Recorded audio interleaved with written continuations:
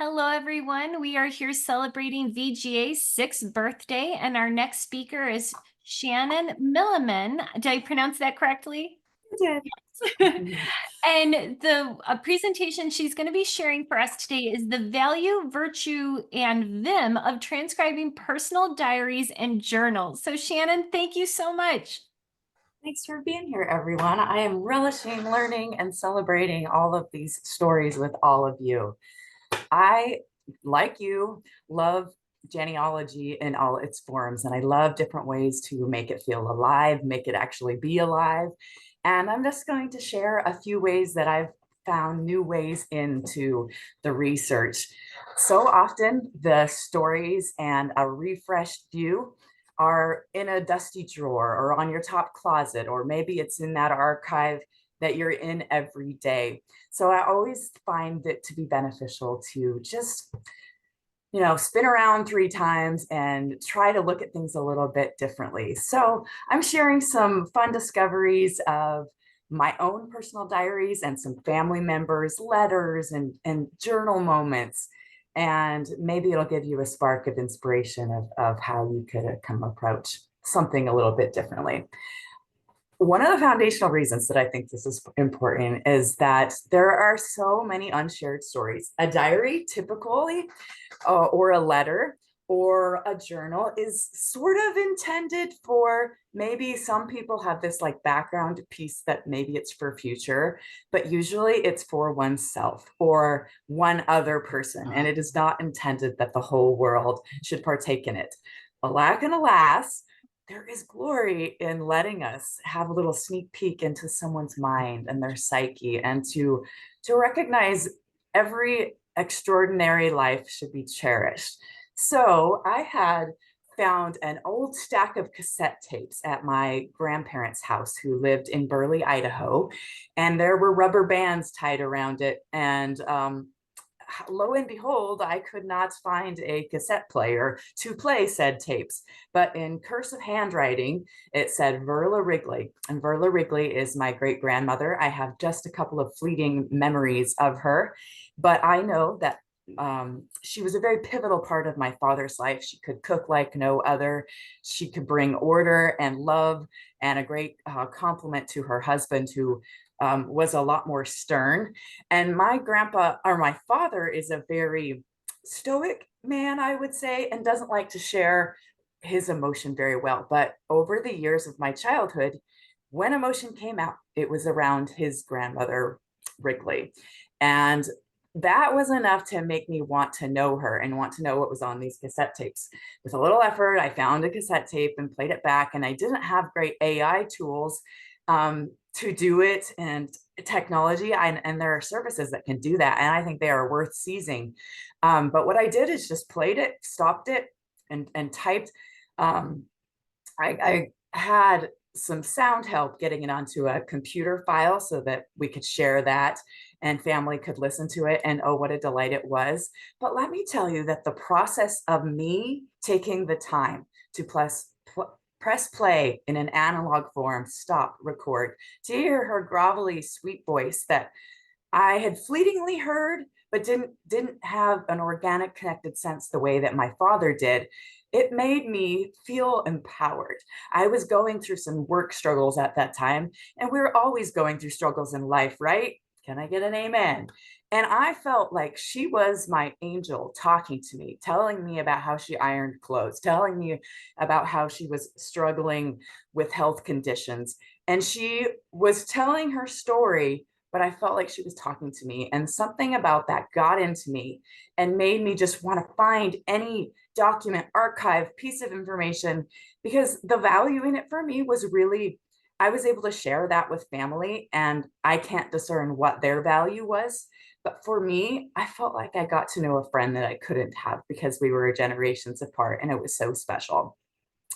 My adult life, I mostly lived in Portland, Oregon. I was raised in Alaska. My family's in Alaska. And I now live in the South in Florence, Alabama. I've lived here 3 years, and it's been such a joyful experience to have new stomping grounds. I live in a town right next door to Tuscumbia, Alabama. And that is Helen Keller's birthplace. Ivy Green, her family estate, and where she was born and raised is there. In honor of her, there is the miracle worker that is put on in an outdoor amphitheater, and people all over the world come. So I thought that would be a pretty good way to get to know my new stomping grounds. Of course, they're not my genetic people, but all people are humankind. And the more I can understand stories of yesterday, the more I can make friendships and be brave in my today. So I auditioned for the Miracle Worker, the 61st annual performance, and I was cast as Aunt Ev. That is Helen Keller's aunt. And it was such a cool experience. All summer long, we had a season, and people all over the world came. And it was fascinating to be a part of that, a live story on her grounds where Helen Keller walked, where her aunt cared for.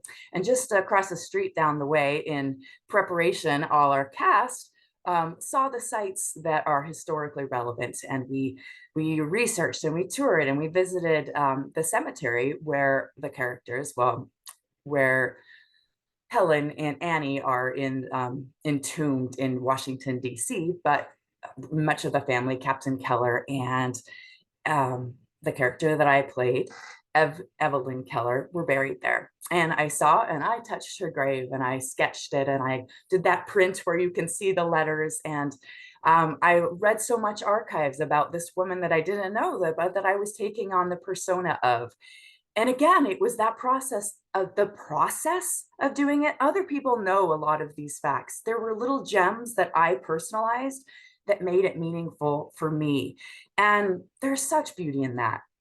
Here I have just a little snapshot. Do what you can with your references. You don't have to go super fancy. And it's super cool that we have so many AI things that we're learning about that if you don't think you can be pretty fancy, maybe AI can help you.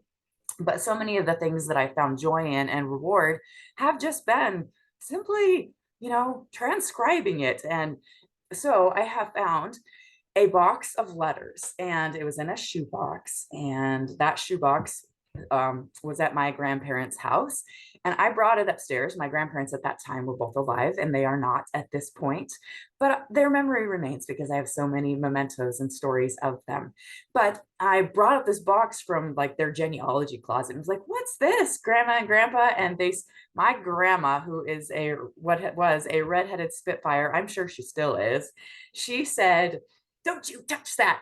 And my grandpa got a little shy and embarrassed and said that those were letters he wrote to my grandmother when he was in the service for the duration of before they were married, and then a year in when they were married when he was stationed away from her. And my eyes alighted wanting to know what was in those letters. But I had heard Grandma say, "No, this is private." And while, of course, I needed to respect her wishes, oh my goodness, I saw the historical value of knowing those beautiful moments. But I respected them for the moment and put that box away. And I spoke amongst some of my cousins who are also passionate about doing record keeping, and I told them that it existed, and we just spoke, "Oh, we got to make sure those stay existing."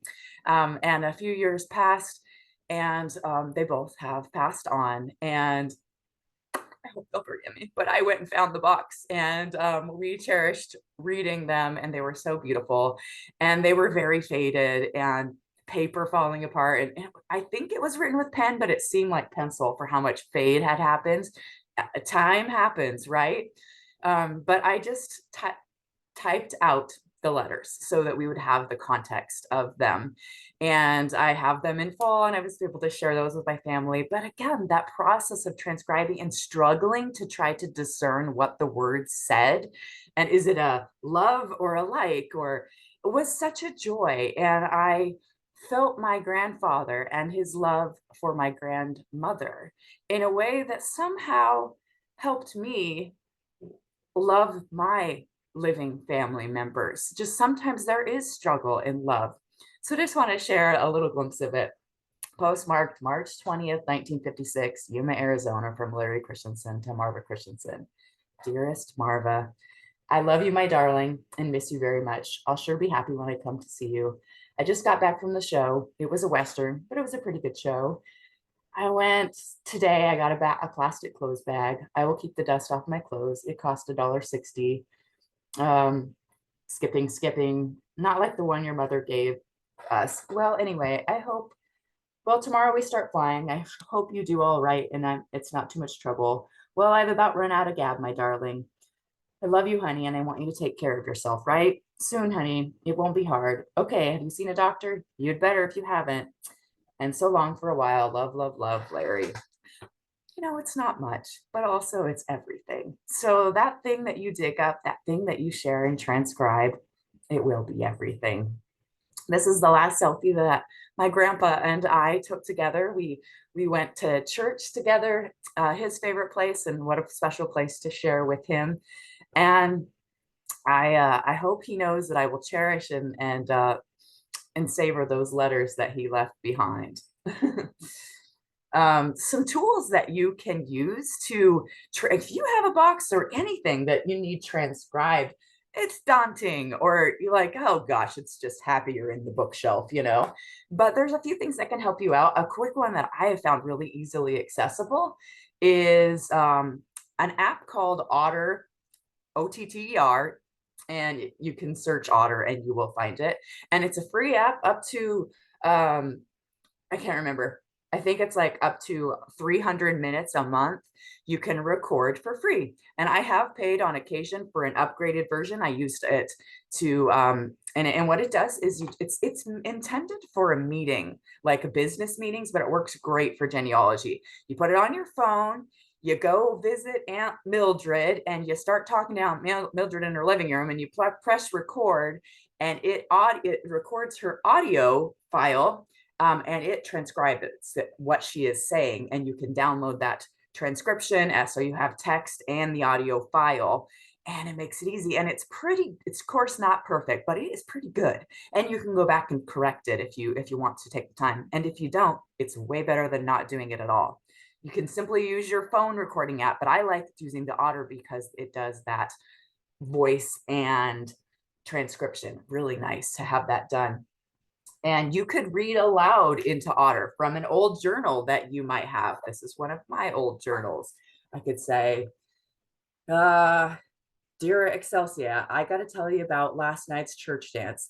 Yep, Jacob was there. He's such a sweetie. I danced with him a lot and I talked to him practically the whole night. You could read aloud and it could transcribe your journals or whatever document you have in a way that would save you a lot of time and probably give you a lot of joy as your human voice gets to read it and your human soul connects with it.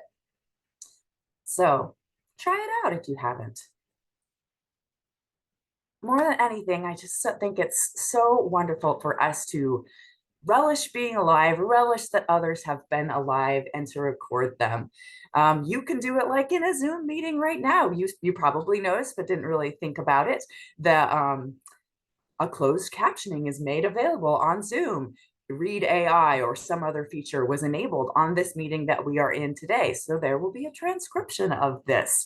And how nice just to be able to capture those things that you might want later. So you can use that. I use that in my company, Remembrero, where I do virtual interviews of folks, families, or individuals. And you do a Zoom meeting, you record it, and you have the text and the transcript if you prompt the right questions. Tell me about your childhood. Tell me about your struggles. Tell me about your high school years. Tell me about when you went into the military, and that can all be transcribed, and just getting some of the bulk of the work, that tedious part, done, so you can relish and enjoy a little bit. And it's fun to realize in this work, we are not limited. We are free. We can say yes to the improv and see what happens. I have had some great joy kind of reinterpreting my documents and my journals. So I'm going to show you a few of my childhood diaries. Okay, here's one. The lock is broken because Clinton, my brother, broke it off and ripped into it one time. You saw this one. I loved ballet. I still do, just don't do it quite as much. And a little bit older, and I got more classy as I became an adult, But all of these are important to me.